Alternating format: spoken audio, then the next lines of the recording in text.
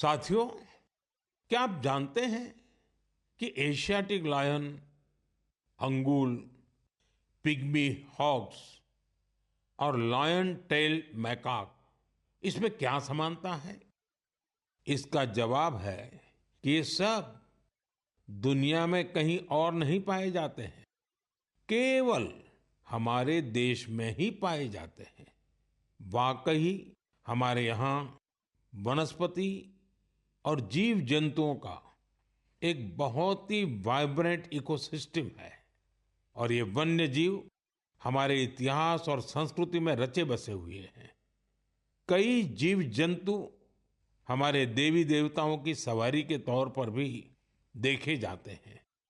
मध्य भारत में कई जनजातियां बागेश्वर की पूजा करती हैं। महाराष्ट्र में वाघोबा के पूजन की परंपरा रही है। भगवान अयप्पा का भी बाघ से बहुत गहरा नाता है। सुंदरवन में बोन बीबी की पूजा अर्चना होती है, जिनकी सवारी बाघ है। हमारे यहाँ कर्नाटका के हुली वेशा, तमिलनाडु के पुली और केरला के पुलिकली जैसे कई कल्चरल डांसेस हैं जो नेचर और वाइल्ड लाइफ के साथ जुड़े हुए हैं। मैं अपने आदिवासी भाई बहनों का भी बहुत आभार करूंगा, क्योंकि वो वाइल्ड लाइफ प्रोटेक्शन से जुड़े कार्यों में बढ़ चढ़कर भागीदारी करते हैं। कर्नाटका के बीआरटी टाइगर रिजर्व में बाघों की आबादी में लगातार वृद्धि हुई है। इसका बहुत क्रेडिट सोलिगा ट्राइब्स को जाता है, जो बाघ की पूजा करते हैं। इनके कारण इस क्षेत्र में मैन एनिमल कॉन्फ्लिक्ट ना के बराबर होता है। गुजरात में भी लोगों ने गीर में एशियाटिक लायंस की सुरक्षा और संरक्षण में महत्वपूर्ण योगदान दिया है। उन्होंने दुनिया को दिखा दिया है कि प्रकृति के साथ कोएग्जिस्टेंस आखिर क्या होता है।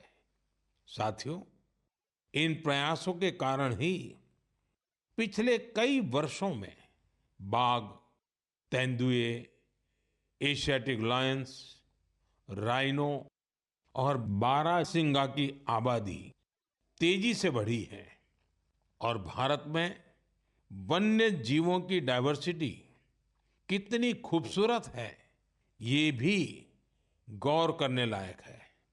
एशियाटिक लायंस देश के पश्चिमी हिस्से में पाए जाते हैं, जबकि टाइगर का क्षेत्र है पूर्वी, मध्य और दक्षिण भारत। वहीं राइनो पूर्वोत्तर में मिलते हैं। भारत का हर हिस्सा न केवल प्रकृति के लिए संवेदनशील है, बल्कि वाइल्ड लाइफ प्रोटेक्शन के लिए भी प्रतिबद्ध है। मुझे अनुराधा राव जी के बारे में बताया गया है, जिनकी कई पीढ़ियों का नाता अंडमान निकोबार आइलैंड से रहा है। अनुराधा जी ने कम उम्र में ही एनिमल वेलफेयर के लिए खुद को समर्पित कर दिया था। 3 दशकों से उन्होंने हिरण और मोर की रक्षा को अपना मिशन बनाया। यहाँ के लोग तो उन्हें डियर वुमेन के नाम से बुलाते हैं। अगले महीने की शुरुआत में हम वर्ल्ड वाइल्ड लाइफ डे मनाएंगे। मेरा आग्रह है कि आप वाइल्ड लाइफ प्रोटेक्शन से जुड़े लोगों का हौसला जरूर बढ़ाएं। यह मेरे लिए बहुत संतोष की बात है। इस क्षेत्र में अब कई स्टार्टअप्स भी उभर कर सामने आए हैं।